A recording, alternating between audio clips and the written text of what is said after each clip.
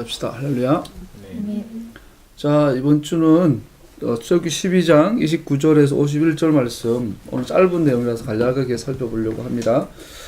대속절로 지나고 내일 저녁부터 이제 초막절 시작되는 이 절기의 마지막 하이라이트 위에 있습니다. 우리가 지난주에는 첫 번째 패싹의 문지방의 피, 몇 주자 이렇게 이 양 문지방에 우리가 이제 몇 주자를 달고 거기다가 이제 들어가면 나가면 이게 그 만지고 하잖아요. 그 몇 주자에다가 문지방에다 피를 바르죠.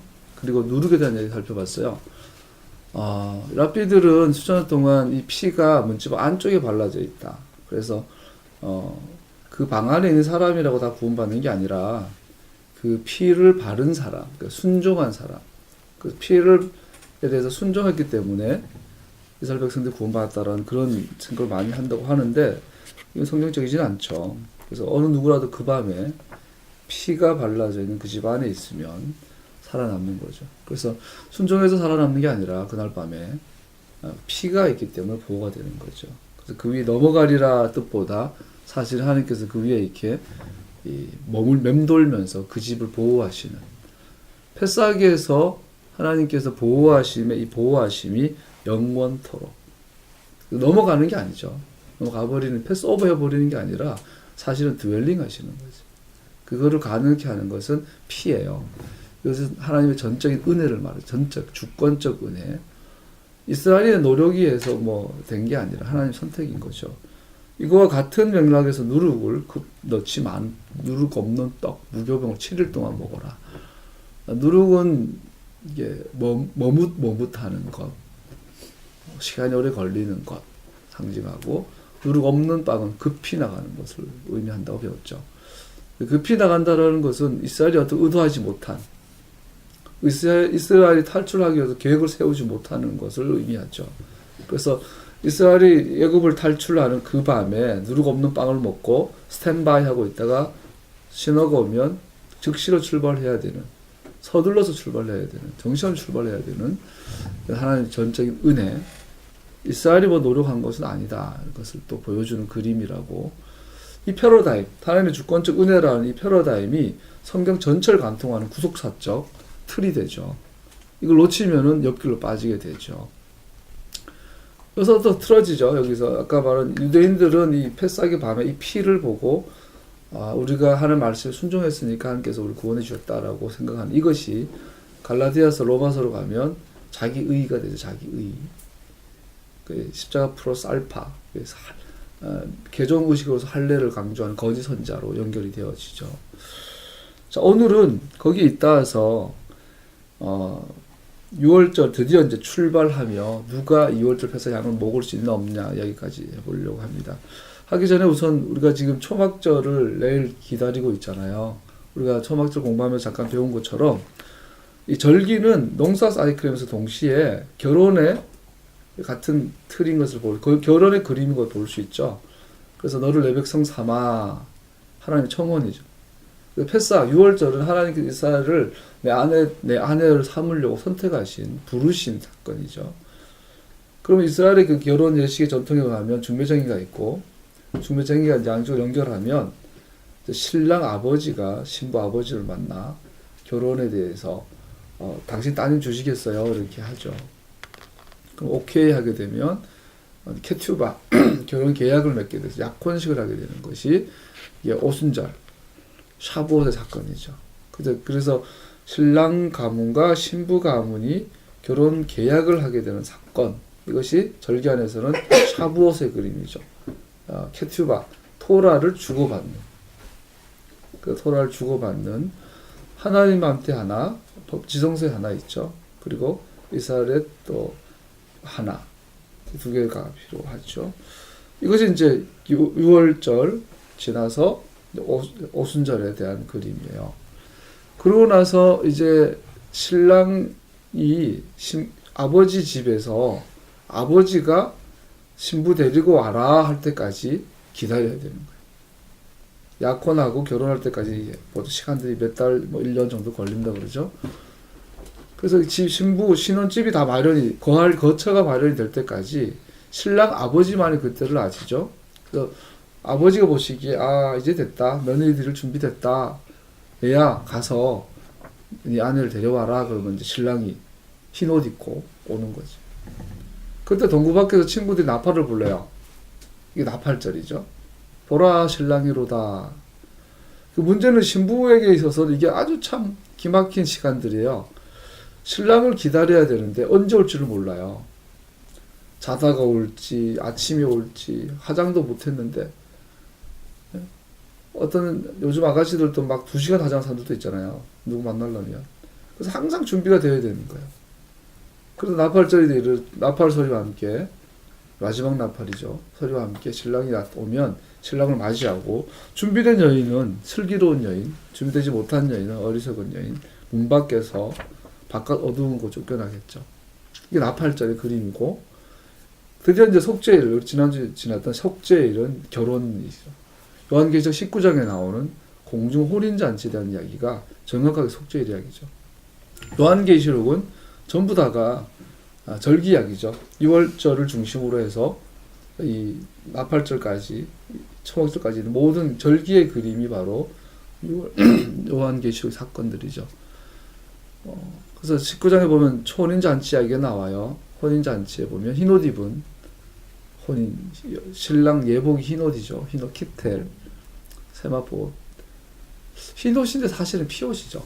제사장 옷은 흰옷인데 제사 지내다 보면 피범벅이 되죠. 사실은 피옷이죠. 그래서 흰옷이면서도 피옷인 옷이 있고 이렇게 신랑의 혼인잔치에 참여하는 이야기. 이게 바로 절기의 이야기예요. 오늘 본문 들어가기 전에 그러면 나온 김에 우리가 자주 요즘 나눴지만 예복이 뭔가, 누가 신부인가. 요즘 뭐 신부단장 그래요. 고단위 미혹을 봐요. 고단수 미혹 역사 교회 안에 신부단장 그러고 이상한 종교 활동 강조하는 걸 많이 보죠. 신부가 뭘까요? 우리 아까 찬양 예수 그리스도 창조주 당신 앞에 무릎 꿇어 부끄러워하지 않습니다. 이런 찬양을 배웠어요. 하나님 앞에 부끄러워하지 않을 수 있는 신부. 누가복음 22장에 그 혼인잔치 비유가 나오죠. 그래서 주인이 가서 혼인잔치가 베풀어졌는데 너는 왜 예복을 안 입었냐? 부끄러워하여 유구무원하죠. 내쫓아 바깥 어두운 데 쫓겨나죠. 또 25장에 어리석은 지혜로운 여인들 나오죠. 역시 다섯은 준비된 다섯과 쫓겨난 다섯으로 나누죠. 이 그림이 속죄일의 그림이고 이것이 요한계시록 19장의 공중 혼인잔치의 그림으로 대서사시로 나와 있죠. 그래서 그 혼인잔치에 참여한 자들이 들어가는 것이 초막절, 예수님의 허니문이죠. 이 허니문은 좀 길어요. 1000년이에요, 1000년. 1000년 동안 주님과 행복한 이 신혼의 달콤한 시간들을 보내죠. 1000년이 끝나면 이제 완전한 원수가 멸절되고 영원한 하늘의 땅으로 들어가는 거, 이 그림을 보게 되는데 가장 핵심이 뭐예요? 6월절에는 피가 필요해요. 하나님의 전적인 선택, 전적인 은혜. 그래서 신랑과 신부는 아직 얼굴도 잘 몰라요. 이제 중매잖아. 중매 결혼이잖아요. 그러니까 뭐 살아본 적도 없고 만나본 적도 없고 대화해본 적도 없으니까 부부긴 부부인데 낯선 거야. 결혼을 했는데 아직은 낯설어요.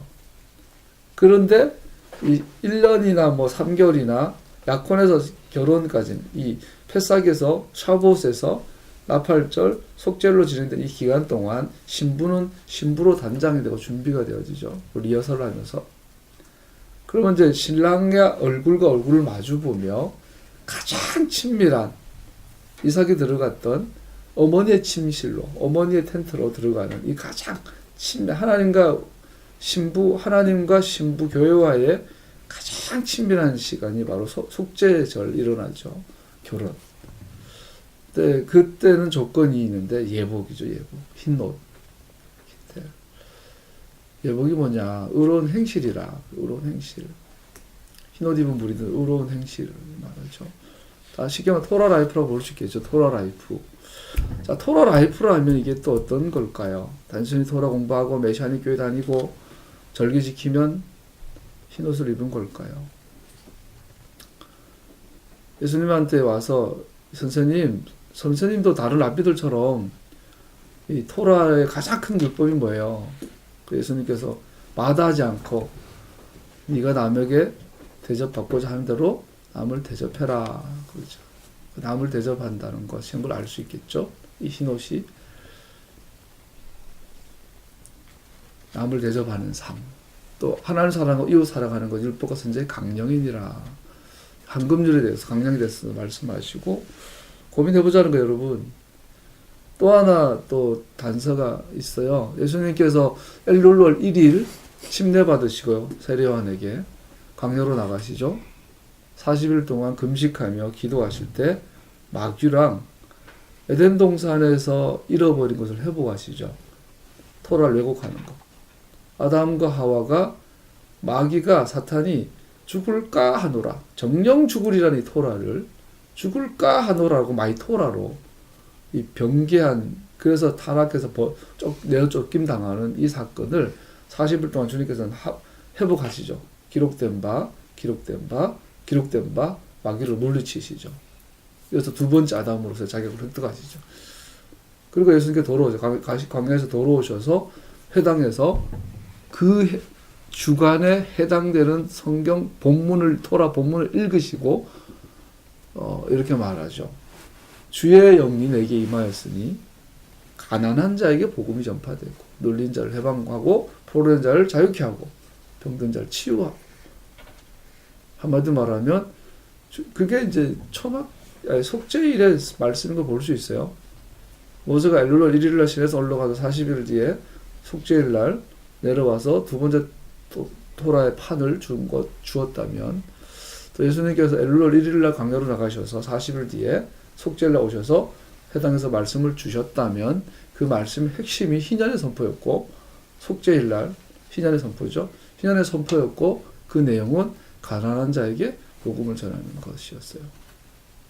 네가 남의 대접받고자 하는데 남을 대접해라. 또 가난한 자의 복음을 전하는 것, 흰옷, 예복, 토라라이프 연결이 되어지죠. 선지자와 토라의 강령이니라. 남을 대접하는 삶. 그러면 우리가 누굴 대접해야 되나? 가난한 사람을 대접해야 되겠죠. 가난한 사람이 누굴까요? 오늘날 복지 개념에 의하면 사회적 약자죠. 사회적 약자라고 볼 수 있죠. 누가 사회적 약자냐? 사실은 모든 사람이 사회적 약자죠. 우리들은. 사회적 약자에 대한 토라라이프.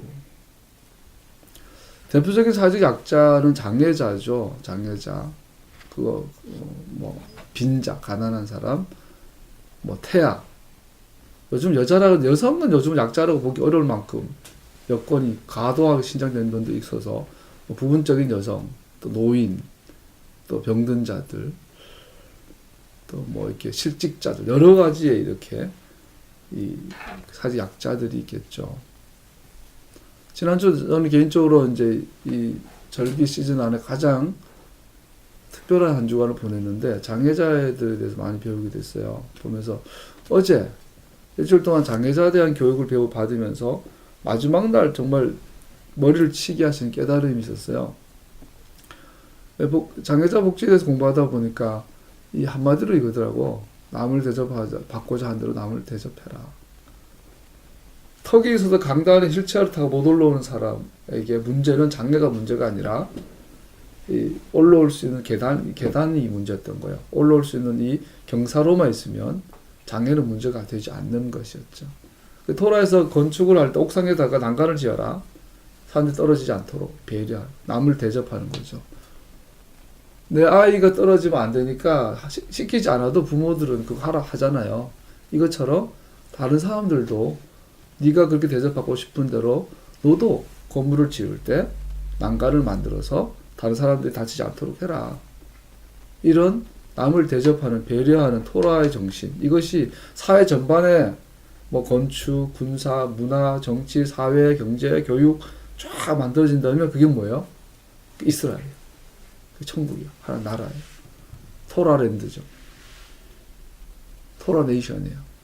우리에게 맡기신 그 어네이션, 그 나라가 바로 이런 나라예요. 그래서 가난한 자의 복음을 전하는 것. 할렐루야. 하나님께서 마지막 때 찾는 사람이 누굴까요?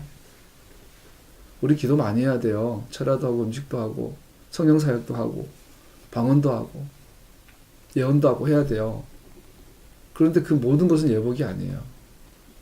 그러한 것들은 예복을 실행하기 위한 하나의 도구일 뿐이고, 예복은 선을 행하는 것이에요. 선을 행하는.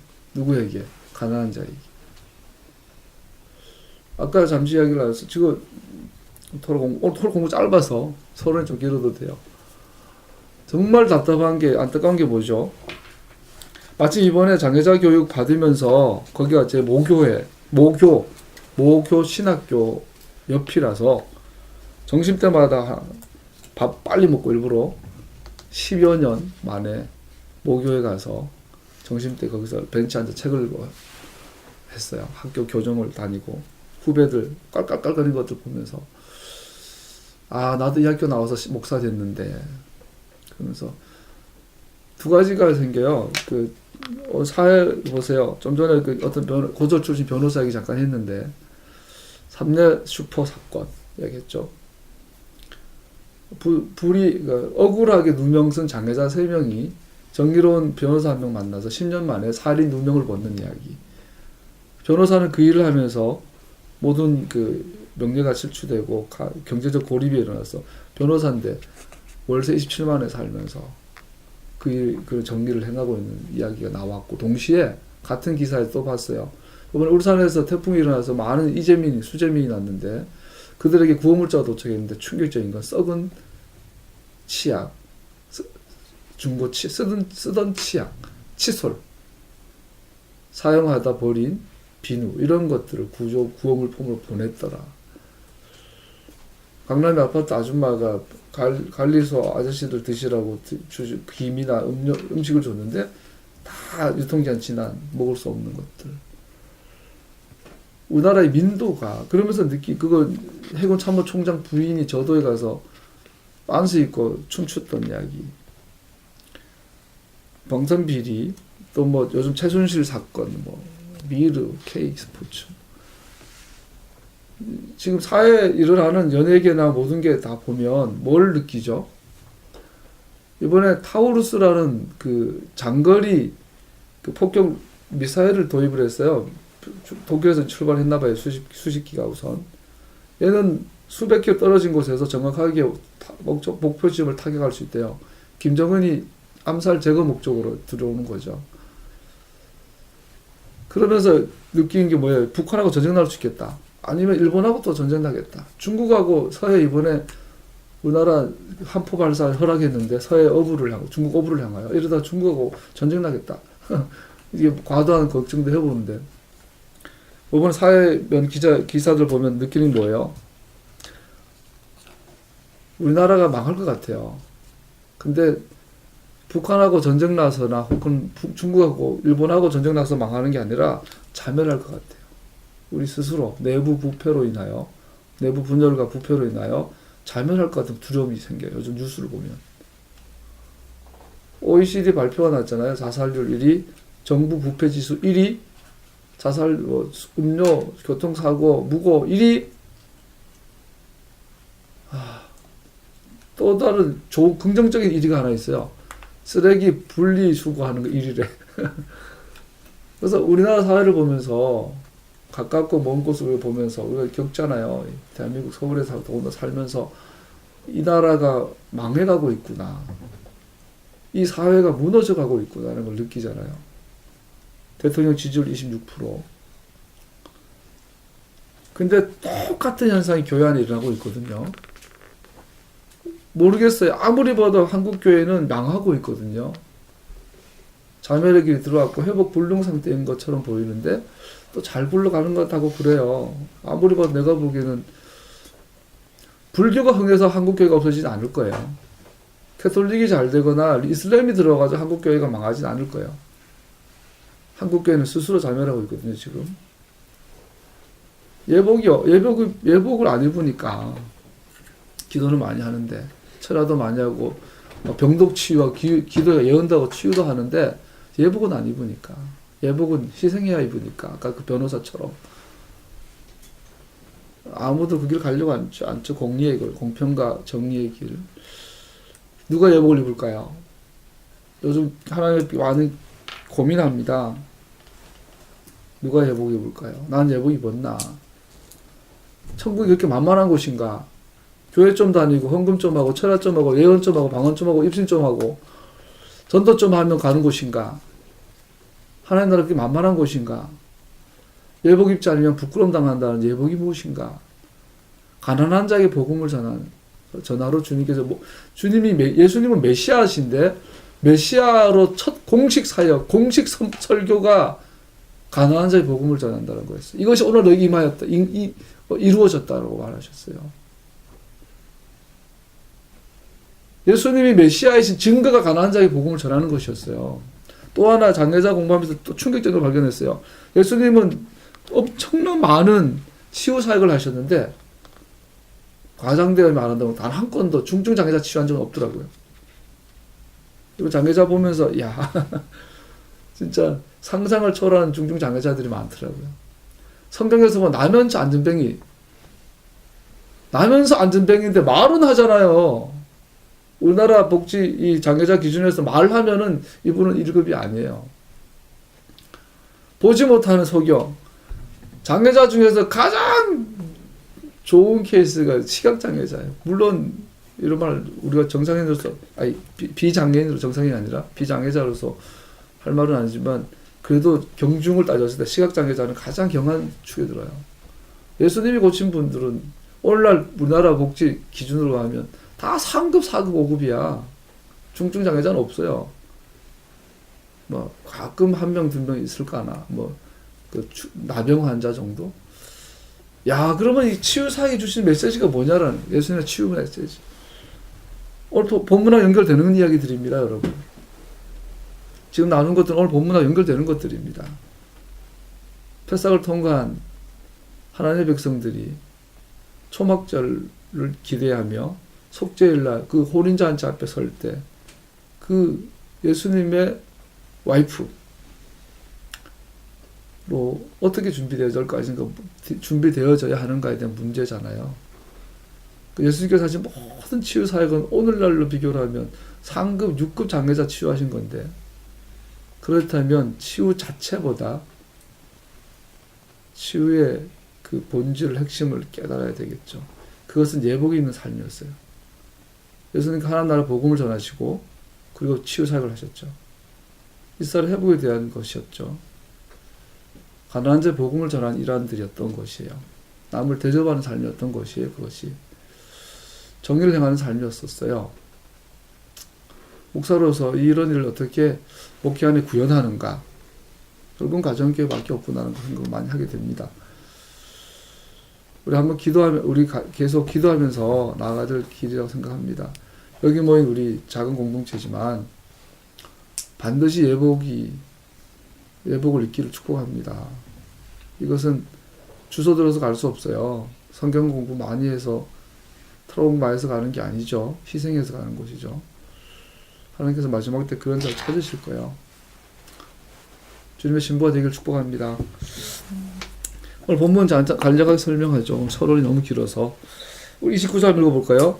12장 29절 시작.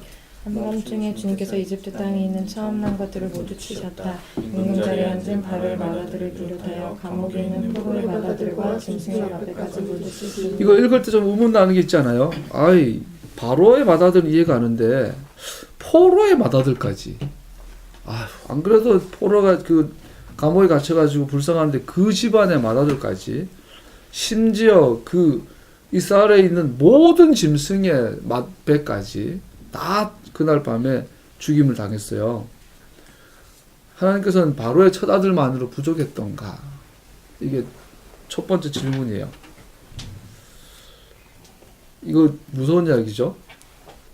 하나님의 진노가 극에 달했을 때 나타난 현상이에요.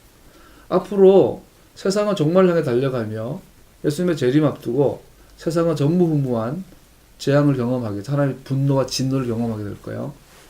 하나님께서 원수를 향하여 행하시는 그 진노하심의 샘플링, 모델, 바로 패삭의 밤이에요.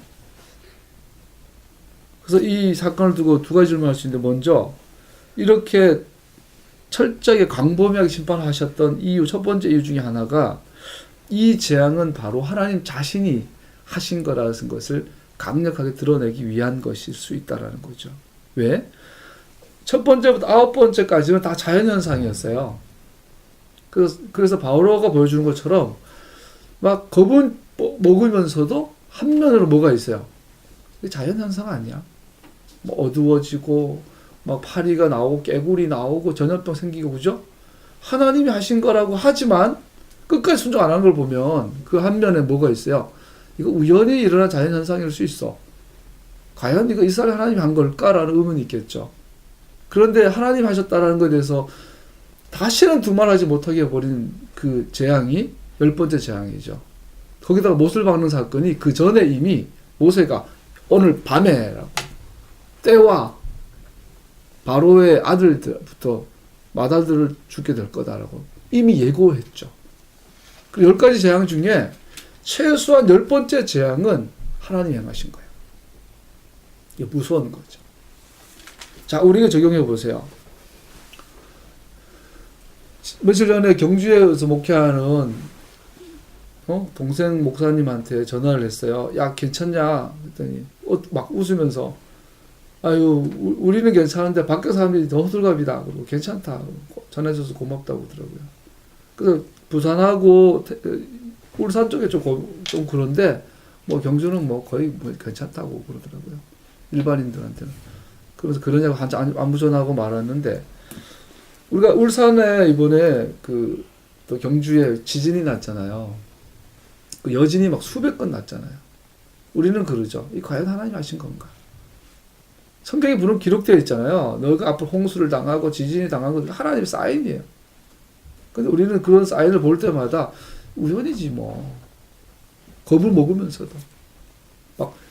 이게 나는 송파에 있는데도 흔들림을 느꼈거든요. 그 순간에 두려움이 오고, 하나님 도와주세요. 그래서 바로처럼 하나님 도와주세요 많이 나와요. 그런데 속으로는 또 한면으로 뭐 흔한 지진 중에 하나겠지. 이게 사람의 심리예요. 앞으로도 백두산이 폭발해도 여러분 난 속으로 이게 과연 하나님이 하신 건가라고 할 거예요.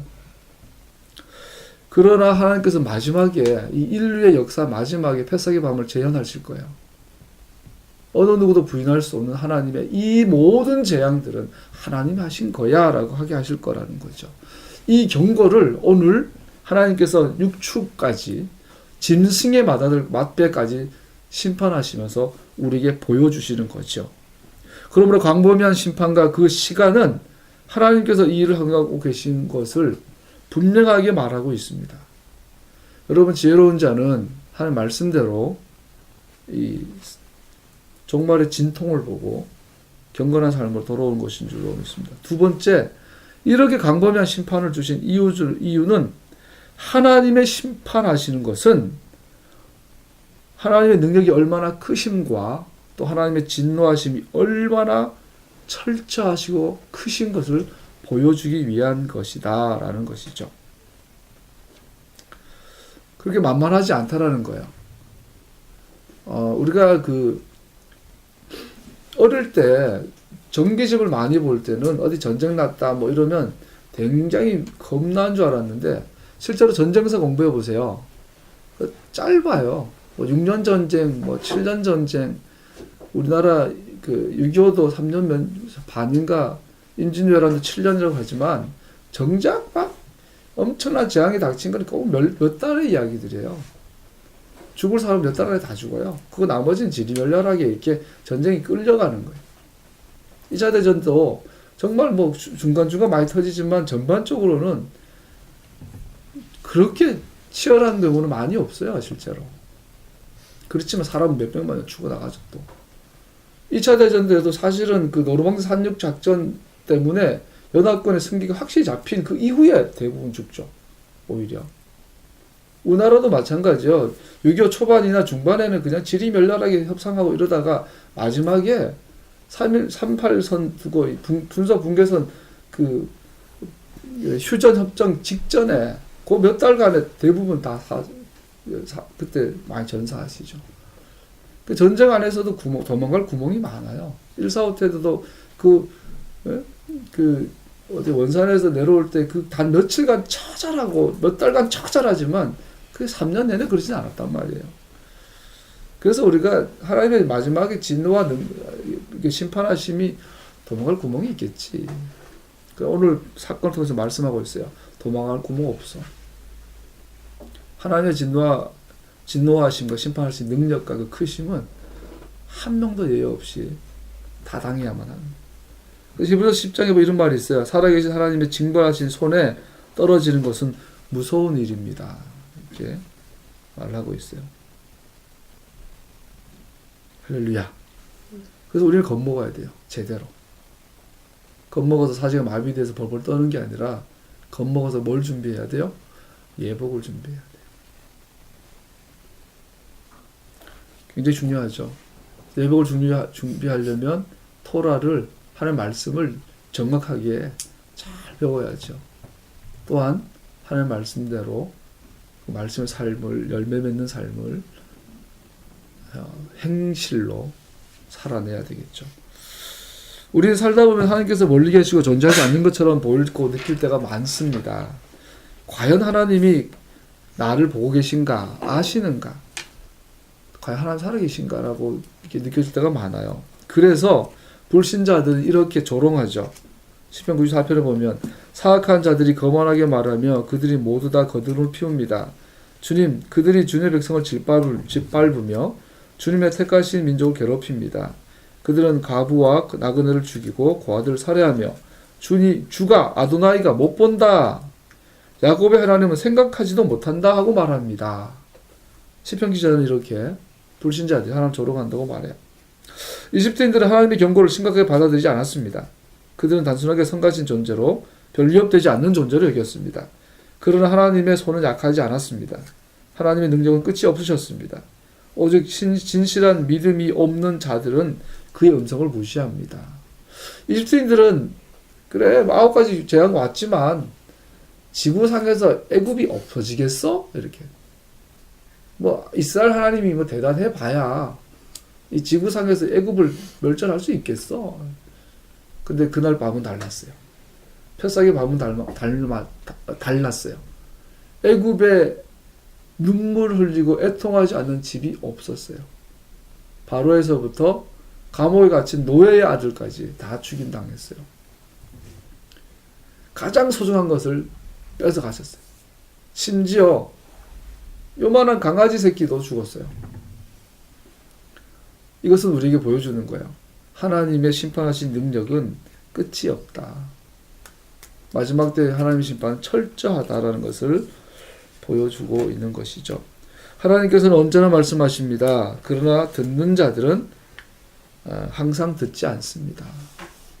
이게 중요한 말이죠. 하나님께서 우리에게 계속 말씀하세요. 하나님의 모두로, 하나님의 전부로 우리에게 말씀하세요. 그런데 우리는 들을 때 우리의 전부로 듣지 않죠. 애굽 사람처럼, 이집트인들처럼 심각하게 받아들이질 않죠. 여러분, 토라 리딩이 왜 중요한지 알아요? 지난주 잠깐 언급했지만 토라는 아무 생각 없이 들을 수 없기 때문이에요. 우리가 이번에 셔민의 아체를 끝나고 심가 토라 하게 되면 1년 사이클 하는 공동체는 또 다시 브레스트로 돌아가죠. 우리 3년 사이클이니까 3년마다 돌아가죠. 토라 할 때마다 일어서서 읽고 듣죠. 예를 들어서 출애굽에서 양의 피를 바른 자는 살고 그렇지 않은 자는 죽는다라는 이 이야기를 우리가 읽고 들을 때마다 우리는 양단의 결단을 해야 되죠. 믿을래? 안 믿을래? 성경을 우리 읽을 때마다 우리에게 생명을 요구해요. 믿고 살래? 안 믿고 죽을래? 토라 리딩은 그냥 종교 생활의 일환으로 할 수 없는 것이 토라를 읽는 것이요. 토라 리딩은 우리 예배의 핵심인 거죠. 우리 아미다 기도가 19개 단계로 또 그 전에 시드로 단계로 착착착 올라가면 제일 제사장 예배 시드로 기도의 핵심에 뭐가 있어요? 토라 리딩이 있어요. 그 토라 리딩하는 것이 하나님을 만나는 순간이에요. 그것이 예배 드리는 순간이에요. 그 시간은 듣는 시간이에요. 그 시간은 변화되는 시간이에요. 하나님은 항상 말씀하세요. 당신의 전부를 가지고. 그냥 듣고 흘려야 될 말씀은 없는 거예요. 근데 문제는 우리는 집중이 없어서 그렇지만 이집트인들처럼 교만해서 하나님의 말씀을 항상 들으려고 하진 않죠. 항상 들을 수 있는 비결이 있어요. 그건 겸손함이에요. 겸손함. 어린아이 같이. 여러분들도 그럴 거예요. 요즘 그러잖아. 듣기 싫으면 또 설교한다. 설교는 지겨운데 토라 리딩은 지겨워지면 안 돼요. 처음 패삭처럼 원수들은 그들이 예상하지 못했던 순간에 파멸될 것입니다. 자기 만족으로 깊은 잠에 든 사람들은 전능하신 분을 대면하여 만나게 될 것입니다. 그들의 조선은 비통으로 바뀔 것입니다. 원수를 향한 하나님의 진노에 대한 그림을 그린다면 패삭의 밤이 바로 그러할 것입니다. 앞으로 예수님 재림하시기 전에 세계를 향한 마지막 대심판들이 일어난다면 그것은 패삭의 밤처럼 될 것입니다. 모든 집안의 사람들은 슬픔과 울부짖음을 가득할 것이며 그들의 시도는 무가치해질 것이며 시간은 이미 다 되었고 이미 기회는 다 지나가 버렸고 하나님의 자비는 끝이 났고 오직 그의 진노하심만 남아 있습니다. 이집트인들에게는 더 이상 희망이 없고 회복의 기회가 더 이상 남아 있지 않습니다. 그들은 주권자의 눈밖에 났고 그 결과를 더 이상 되돌릴 수가 없습니다. 원수들을 향한 하나님의 심판은 끔찍하고 두려운 것입니다. 패삭의 밤이 우리에게 주는 교훈은 뭐냐면 하나님께 돌이킬 수 있는 시간이 끝이 있다라는 거죠. 그것을 그날 밤에 장자의 죽음을 통해서 우리에게 선언하고 계신 거예요. 돌이킬 수 없을 때가 와요.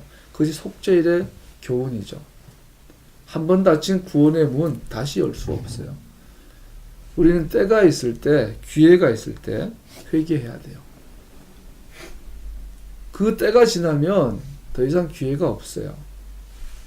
이 때에 우리 그것을 은혜의 때라 그러죠. 이 때에 우리는 예복을 입어야 돼요. 그 때에 예복이 준비 안 되면 그때는 늦어요. 예복을 준비하는 여러분 되기를 내가 되어야 해요. 지금 하나님이 경고하심이죠. 나라가 자멸해 가고 있죠. 내부적으로 분열하고 요즘은 심지어 남혐, 여혐, 세대 간의 갈등, 비리가 없는 곳이 없고 불의가 안 통하는 곳이 없고 교회와 교회 밖이 똑같죠. 불의함이. 어떻게 해야 해요? 이런 세상에서 여러분과 내가 가장 급한 건, 가장 중요한 건 예복을 준비하는 것이지요. 할렐루야. 그래요, 사람들이. 우리가 옛날에 전도 폭발. 첫 질문이 그거예요. 오늘 밤 하나님께 당신 데려가시면 천국에 들어갈 준비가 되셨습니까? 우리 많이 그런 질문을 하잖아요. 우리 예수님 오시면 예수님 맞을 준비 되셨습니까? 옛날에 어떤 영상 프로그램을 갔는데 3박 4일 프로그램 가운데 새벽에 갑자기 전혀 예상하지 못한 시간에 갑자기 기타 치고 수십 명의 사람들이 몰려와가지고 막 꽹갈 두드리고 막 문을 발로 차고 막 그래요. 이벤트예요. 그러면서 부른 노래가 이날은 주의 지신 주의 날일세. 굉장히 충격이었어요. 새벽 1시 넘어서 프로그램이 끝났어요. 그때 씻고 누워서 다 고나게 자는데 뜬금없이 막 수십 명이 막 소리를 지르면서 예수님 재림하셨다고, 예수님 오셨다고 소리 막 지르면서 막 박수치면서 찬양을 한 거예요. 이날은 주의 지신 주의 날일세. 다들 막 비몽사몽간에 한 방에 한 4명씩 잤는데 비몽사몽간에 그냥 막 어쩔지 몰라서 팬티 입고 자다가 주님 맞을 준비되셨나요? 우린 그런 참 기억이 나요. 아직도 참 재밌는, 한번 해봐요 나중에. 다들 전부 다 그 이제 아침에 정신 차리고 모여가지고 이제 소감을 발표하는데 다들 아차 싶었던 거죠. 내가 과연 주님 맞을 예비가 됐던가. 신부가 보라 신랑이로다 오는데 이게 밤에 올지 낮에 올지 새벽에 올지 밤늦게 올지 몰라. 항상 준비되어 있어야 되는데 잘 하다가 오늘은 귀찮아서 세수 안 했어. 옷도 그냥 지저분한 상태로 넣어주고 그냥 머리 훌크린 상태로 침 흘리고 자고 있는데 갑자기 신랑이 문 앞에서 야 결혼하자고 왔어. 그러면 준비하지 못한 신부가 되겠죠. 여러분 주님 맞을 준비 되셨나요? 스스로 물어봐야 되겠죠. 자, 주님 맞을 준비는 결론 뭐예요? 교회 계속 다니는 게 아니라 교회 다녀야 되지만 예복을 입고 있는가? 예복을 입는 삶을 살아가고 있는가? 하나님 그 의의 삶, 토라 라이프, 즉 가난한 자의 복음을 전하는 삶을 살고 있다면 주님 오늘 오나 내일 오나 그냥 서쪽 하늘 붉은 노을 이제나 저제나 오시려나 살면 되는데 그냥 교회 열심히 다닌다고 헌금하고 뭐 샤bat 안 빠지고 토라 공부 열심히 하고 있다고 스스로 자위하고 있다면 이건 착각이죠. 내 삶의 공평과 정의가 맺어지고 있는지 어떤 희생을 치르더라도 하고 있는지 돌아봐야 될 줄로 믿습니다. 자, 오늘은 뭐 얼마 없습니다. 36절 읽어볼까요? 시작. 주께서 이스라엘 백성이 이집트 사람에게 관심을 사도록 하셨으므로 이집트 사람들은 이스라엘 자손의 요구대로 다 내어주었다. 이렇게 해서 그들은 이집트 사람들에게 물건을 빼앗아가지고 두 가지 단어가 나오죠. 요구하다, 또 빼앗다, 그죠?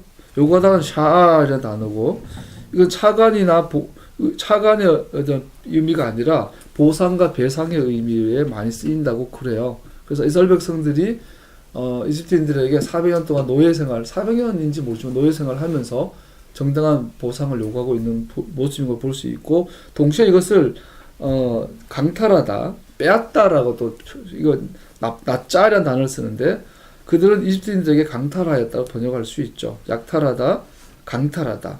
그래서 이것은 마치 전쟁에서 승리한 부족이 패배한 부족의 것들을 이렇게 약탈하는, 전리품을 챙기는 이런 의미로 볼 수 있죠. 그래서 이스라엘 백성들은 마지막 떠나면서 이집트인들을 향하여 뭐요? 전쟁에 이긴다고 쓰는 거잖아요. 우리가 2차 대전 보면 참 있잖아요. 우리나라가 신탁 반탁으로 나눠질 수밖에 없었던 게 전승국의 대열에 서지를 못했잖아요.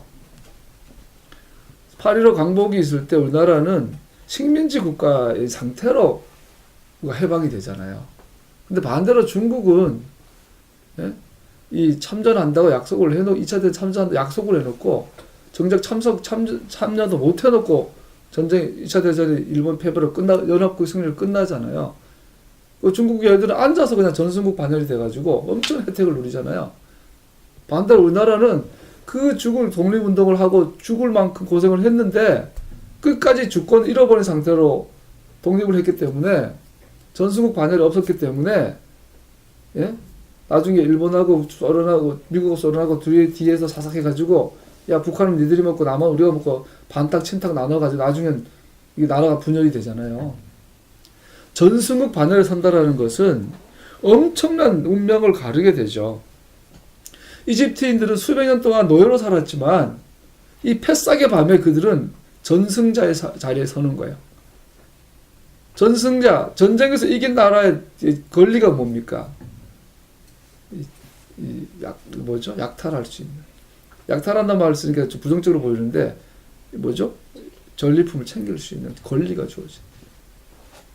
이게 돌아보면, 이게 일제 36년의 이 폭압이 우리나라의 운명을 갈라놨어요. 그래가지고 독립을 했는데 돈도 없고 기술도 없고 인력도 없으니까 그냥 다 심판해야 될 친일파를 다 등용을 해가지고 정부를 구성하고 지금까지 왔잖아요. 그런 정신들. 일본 놈들이 우리나라를 어떻게 해요? 우민화 정책 썼잖아요. 야, 조선 놈은 안 돼. 맞아야 돼. 조선 놈은 안 돼. 대동여지도만 해도 김정호가 막 혼자 빼빨 돌아면 다 그린 것처럼 대동여지도가 위대한 건 조선시대에 있었던 그 우리 지도 제작 기술을 활용해가지고 썼기 때문에 대단한 거지.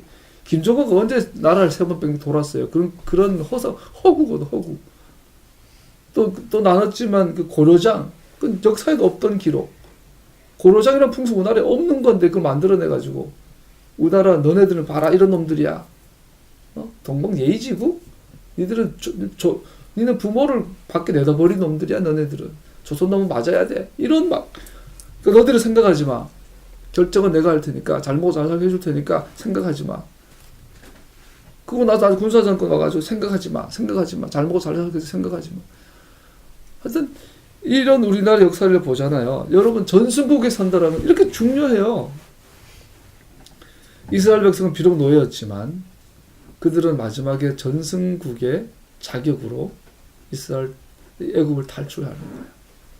이것은 이스라엘의 영원한 정체성을 결정하죠. 이스라엘 이긴 자예요. 이긴 자. 할렐루야. 그래서요. 이스라엘 가운데 이긴 자들이 마지막에 주님과 함께 천년 동안 왕노릇해요. 이긴 자. 자, 40절 41절 읽고 설명하고 하나 더 하고 마치죠. 40절 41절 시작. 이스라엘 자손이 이집트에서 산 기간은 430년이었다. 마침내 430년이 끝나는 가는날 주의 모든 군대가 이집트 땅에서 나왔다. 자, 430년이라는 단어를 기간을 쓰고 있는데 이 부분이 학자들이 가장 골머리 아파요. 정확하게는 몰라요. 그래서 사마리아 오경이나 70인역에 보면 이 430년이라는 기간이 이 아브라함이 가나안 땅을 이렇게 떠돌았던 기간과 그때부터 430년으로 보고 있어요. 또 바울 같은 경우도 갈라디아 3장 17절에 보면 하나님께서 이미 맺으신 언약을 430년 뒤에 생긴 율법 이렇게 해서 아브라함의 언약 때부터 시내산에서 토라를 받을 때까지를 430년으로 보고 하고 하는데 하여튼 이걸 정확하게 어느 누구도 이거다라고 명확하게 말 못한다고 그래요.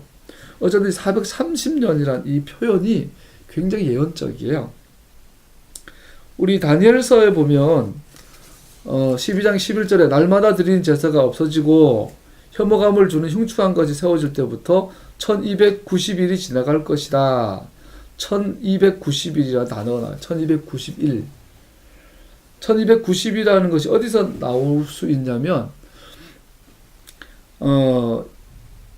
언약궤가 주어지고 언약궤를 기준으로 성막과 성전에 언약궤가 있잖아요. 언약궤 이전 즉 사사 시대로부터 언약궤를 예루살렘으로 옮긴 다윗이 막 춤춘 거 있죠.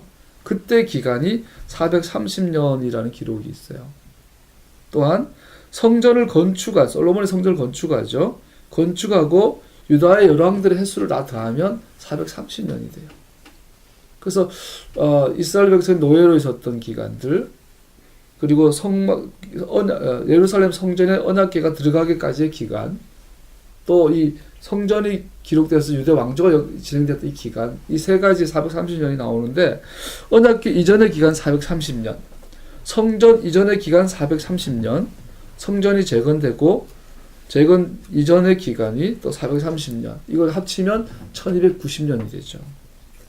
다니엘이 말한 1291이라는 이 기간은 성전에 언약궤가 있었던 것과 관계된 것을 볼 수 있어요.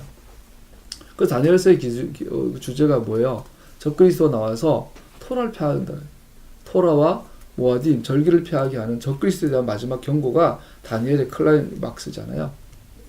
그래서 이 1290일 요한계시록으로 넘어가면 적그리스도가 아주 그냥 나오죠. 적그리스도의 원조가 바로죠, 바로.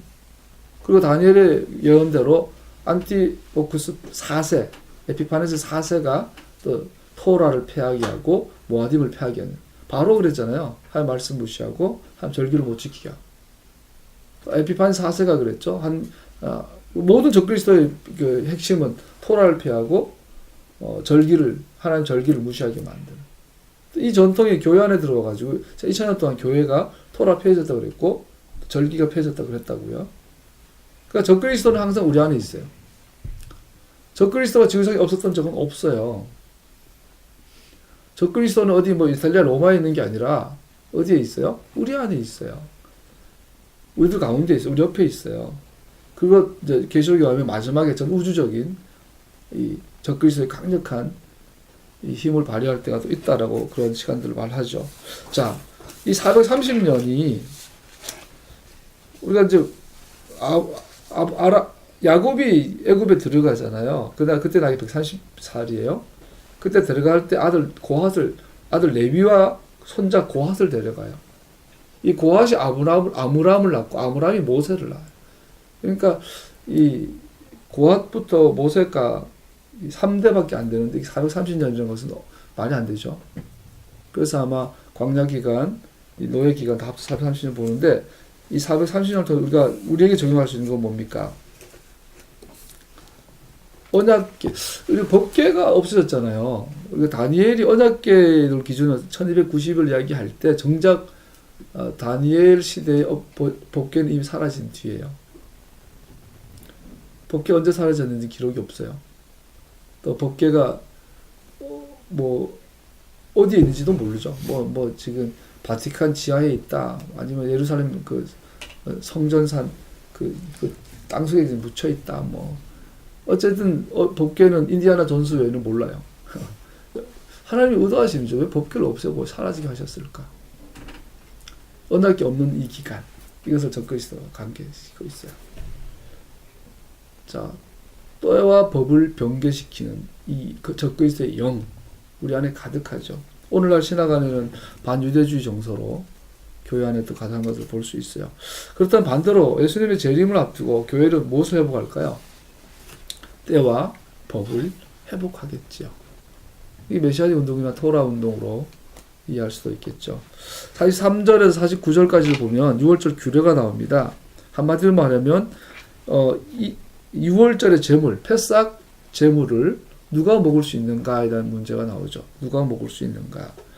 세 종류의 사람이 나옵니다. 첫 번째 네짜르, 외국인, 이방인, 타국인 이렇게 번역이 되는데 이 사람들은 이방 신 숭배자들을 말합니다. 혹은 이방 신전을 의미할 때도 쓰이고 이 네짜르는 또한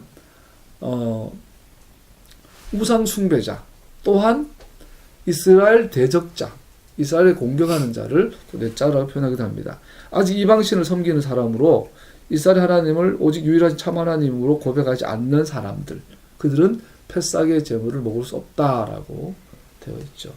여러분, 패삭의 제물을 먹는 게 뭘 의미해요? 아까 말한 것처럼 절기의 이 흐름, 이 다라크, 이걸 보세요. 패삭의 피의 보호하심 속에 음식을 먹는 자들이 가는 여정이 뭐예요? 시내산에서 약혼하고 초막절에서 속죄일날 결혼하고 초막절에서 결혼 생활하고 이 구원의 여정이잖아요. 구원의 여정. 그래서 이 절기 음식을 먹지 못한다는 것은 이 구원에서 배제된 것, 버림받은 것입니다. 버림받은. 예복은요, 패삭에서 이 패삭 음식을 먹은 자들을 향하여 요구하는 게 예복이에요, 예복. 그래서 우리 레위기 26장이나 신명기 31장인가 나오는 축복과 저주가 나오잖아요. 축복과 저주의 대상은 교인이에요. 성도예요, 성도. 불신자가 아니에요.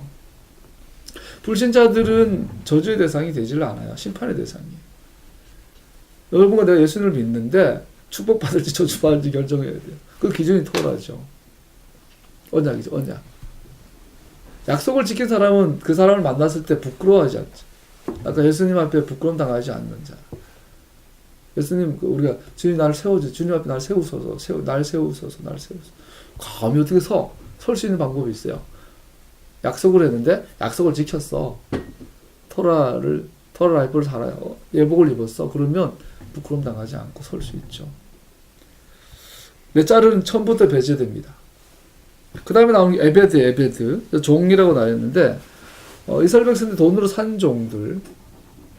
우리나라 옛날에 그 할아버지들이 한국어로 성경을 번역하면서 중단 잡족들 그래, 중단 잡족. 이 번역을 잘못했어요. 옛날에 그 할아버지들이 되게 엘리트들이 번역을 했잖아요, 한국 성경. 그리고 그 양반이 대부분 궁중 언어를 썼어요. 그래서 보이지 않게 중단 잡족했더니 유대인들은 이 우리나라 설 개념이 있잖아요. 옛날부터. 그래서 조선 중기, 전기까지는 설에 대한 적이 없었죠.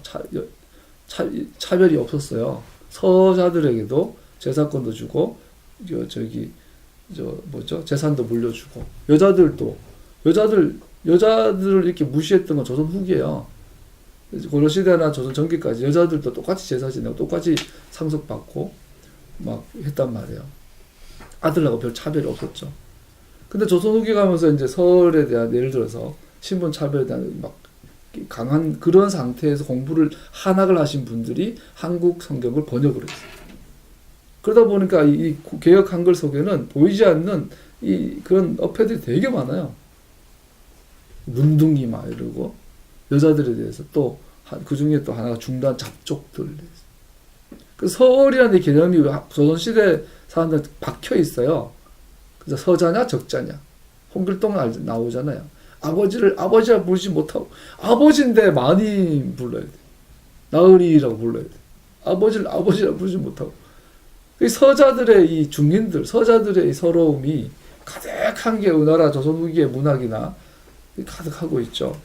그런 가운데서 번역이 돼서 성경이 그 중에 아주 하이라이트가 중단 잡족이라는 번역이에요.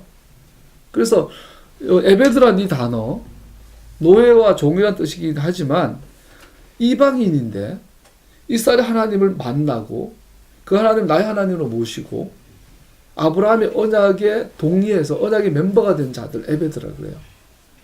이들은 우리 49절 읽어볼까요? 49절 시작.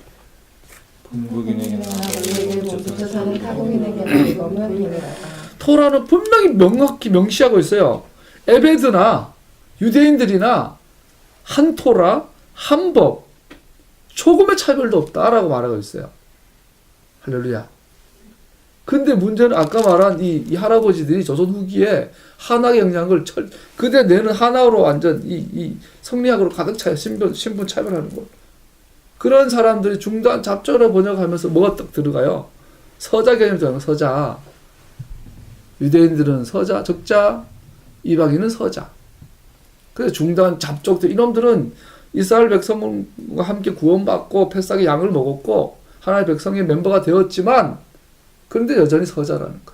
아버지라 부르지 못하고 고위관직에 나갈 수 없었고 기껏해야 갑파치나 하고 기껏해야 기술직이나 나가고 번역이나 하고 통역까지나 하고 저 죽어도 정의정 못 해먹는 장영실 같은 아무리 뛰어나더라도 결국은 그냥 천대받는 이게 중단 잡족의 개념이 되어버린 거예요. 이해가죠? 그러다 보면 이게 한국교회가 100년 흘러가면서 우리 안 그래도 반유대주의 가득한 이 전세계 기독교 문화에서 한국교회마다 유독하게 중단 잡족 성경은 분명히 그들은 나의 백성 이 아브라함의 그 혈통하고 아무 차별이 없는 나의 백성 패삭의 양을 먹은 패삭의 밤을 승리로 일꾼 이 전승국 계열에 들어가는 자신을 이스라엘의 하나님께 속해 있고 그러므로 이스라엘의 언약의 일원이 되었다는 것을 가리키는 할례받은 외국인 에베드 그들은 중단 잡족이 아니에요. 물론 뭐 잡족이라는 단어 그대로 들어가면 문제가 없지만 우리 계모란 말 그 나쁜 말 아니거든요. 중2 때 출석을 얘기하는데 국어 선생님이 김영석 내 애들이 너 계모네? 너 엄마 계모네? 이러더라고. 근데 갑자기 얼굴 뻘개졌어요. 친구들도 웃고 계모란 말이 일반적으로 굉장히 부정적이잖아요. 우리 엄마 일찍 돌아가시고 새엄마 계셨으니까. 그런데 선생님이 분위기가 이상하니까 국어 선생님이야. 그래서 나를 정면을 보더니 얘들아 그 오해다. 계모란 말은 굉장히 높이 받는 말이다. 한자가 그대로 해석을 해주면서 엄마를 이어주시는 분, 엄마 역할을 해주시는 분 귀한 소리인데 그걸 너네들이 자꾸 부정적으로 하지 마라. 그래서 어린 마음에 위로가 전혀 안 됐어요. 그건 국어학자인 자기 말이고 일반적으로 계모란 말은 얼마나 그죠? 홍지파치가 딱 떠오르잖아. 그래서 기분 되게 나빴어요. 자 마찬가지로 잡족이란 말은 그냥 다양한 민족이란 뜻이에요. 그렇지만 우리 통념적으로 잡족이란 말을 얼마나 천시하고 무시하고 A급, 유대인은 A급, 하나님의 백성 A급 백성, 이방인들은 예수 믿어도 B급. 이게 메시아 안에도 있단 말이죠. 토라 운동 안에도 있단 말이죠. 특별히 유대인들의 메시아닉 안에 메시아닉 주들 속에도 가득하단 말이야. 나 지금 보고 있는 어떤 이 책 양반도 보니까 기본 정서가 그래. 나는 유대인 출신 메시아닉이고 이건 이방인 출신 메시아닉이야. 이 잡족들아. 그러고 나는 야 경호란 말은 나쁜 말은 아니야. 내가 속으로 굉장히 기분 나쁘더라고요. 중간 잡족말 쓰지 마세요. 하나님 앞에서는 동일한 한 토라, 한 백성, 한 하나님. 이 법은 동일하다. 말씀 마무리하겠습니다. 여기서 기억할 것은 할례가 민족적인 신분을 나타내는 것이 아니라는 사실입니다. 할례 받은 종은 패싹 음식을 동등하게 먹을 수 있습니다. 할례 받은 노예는 유대인과 똑같은 권리와 특권을 누립니다. 본토이나 외국이나 같은 토라가 적용됩니다. 그러므로 이스라엘 국가 형성 초기에 나오는 비유대인 거주자들은 아브라함의 약속된 첫 열매들이었습니다. 여러분 우리 반대로 봐. 중단 잡족들은 뭐랄까 하나님께서 하나님의 가슴을 열면 하나님의 가슴을 쪼개면 가장 깊은 속에 가장 소중한 것을 보관하는 가장 깊은 곳에 박혀있는 보석이 중단 잡족들이에요. 하나님의 구속사의 최종 목적이에요. 중단 잡족이. 유대인들이 나는 유대인이다. 아브라함 혈통에다가 껄떡거리고 이방인들을 무시할 그런 대상이 아니에요. 우리가 중단 잡족이라고 잘못 번역된 의미가 번역된 이 존재는 하나님께서 아브라함을 선택하셔서 아브라함아 너로 말미암아 땅 위의 모든 족속이 복을 받을 것이다 할 때 그 언약이 성취되는 첫 열매예요. 첫 열매. 이것을 위해서 예수님께서 세상을 창조하신 거예요. 이 첫 열매를 위해서 예수님께서 이스라엘 선택하신 거예요. 이 첫 열매를 위해서 주님께서 모세에게 토라를 주시고 주님이 메시아가 되시고 죽임당하시고 부활하신 거예요. 이것은 신분으로 할례 받았다 못 받았다 나눌 수 있는 그런 게 아니에요. 왜 바울 인격 좋았겠죠. 바울이 절친 바나바와 절교를 하면서 후에 다시 용사하고 만났겠지만 바나바와 절교를 한 이유가 뭐예요? 마가 요한 때문이에요. 조카. 마가 요한 나중에 보면 할례당이라. 절친 바나바지만 내가 전한 예수 그리스도의 십자가의 복음 외에 할례 받아서 이스라엘로 개종해야만 된다고 전하는 자들은 예수님 바울은 이런 말을 해요. 천사라도 저주받아라. 이 중단 잡족에 대한 인사이트가 있기 때문이죠.